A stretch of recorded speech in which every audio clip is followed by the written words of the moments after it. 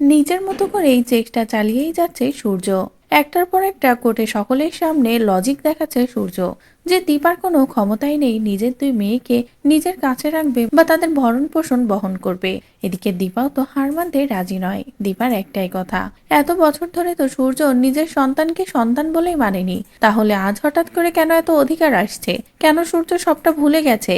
আর দীপার কাছেই তো তার মেয়েরা ছিল। যে সবকিছু শোনার পরে উকিল সাহেব কি বয়ান দেবে বা কি সিদ্ধান্ত নেবে কিছুই ভেবে পায় না। অন্যদিকে সূর্য নিজের লয়ারের উপরে অন্ধবিশ্বাস নিয়ে বসে আছে যে তার লয়ার এমন কিছু করবে যার কারণে সূর্য নিজের দুই সন্তানকে ফিরে পাবে। আর দীপা তো সকলের সামনেই বলেছে যে সে নিজের দুই মেয়ের ভরণ পোষণ বহন করবে, এমনকি তাদের স্কুলের ফিও 1 সপ্তাহের মধ্যে পরিশোধ করবে। যে কথা শুনে সূর্য বলে এটা একেবারে অসম্ভব, তুমি পারবে না, অনেক টাকার ব্যাপার, যেটা পারবে না সেটা নিয়ে তর্ক করো না। কিন্তু দীপা দীপা বলেছে 1 সপ্তাহের মধ্যে সবকিছু করে সে আবারও এই কোর্টে এসেই দেখা করবে, যা কথা হবার এই কোর্টের মধ্যেই হবে।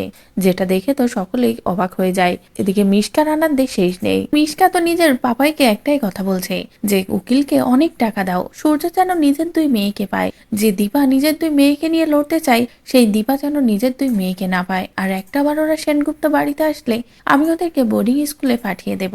তারপরে সূর্য আর আমার মাঝে কোনো বাধাই থাকবে না, আর দীপা সূর্যের সম্পর্ক চিরতরে শেষ হয়ে যাবে। অন্যদিকে মিশকার মামাও মিশকার কথা শুনে উকিলের কাছে এসে যখনই টাকা দিতে যাবে ঠিক তখনই সূর্য উকিলের সাথে কথা বলার জন্য কেবিনে ঢুকতে গিয়ে এমন একটা দৃশ্য দেখে পুরো অবাক হয়ে যায়। সূর্য মানতেই পারে না যে এভাবে তাকে ঠকানো হচ্ছে। এভাবে মিশকার মামা আড়াল থেকে সব কলকাঠি নাড়ছে। এদিকে মিশকার মামাও হাতে নাতে ধরা পড়ে কি করবে ভেবে পায় না, কিভাবে সূর্যকে বোঝাবে আর কিভাবে পালাবে। তো বন্ধুরা, এবার যদি মিশকা এবং তার মামা হাতে নাতে সূর্যের কাছে ধরা পড়ে যায় এমন নোংরা একটা খেলা খেলার জন্য, তাহলে সেটা দেখতে তোমাদের ঠিক কেমন লাগবে কমেন্ট করে জানাও। পরবর্তী আপডেট পেতে চ্যানেলটি সাবস্ক্রাইব করো।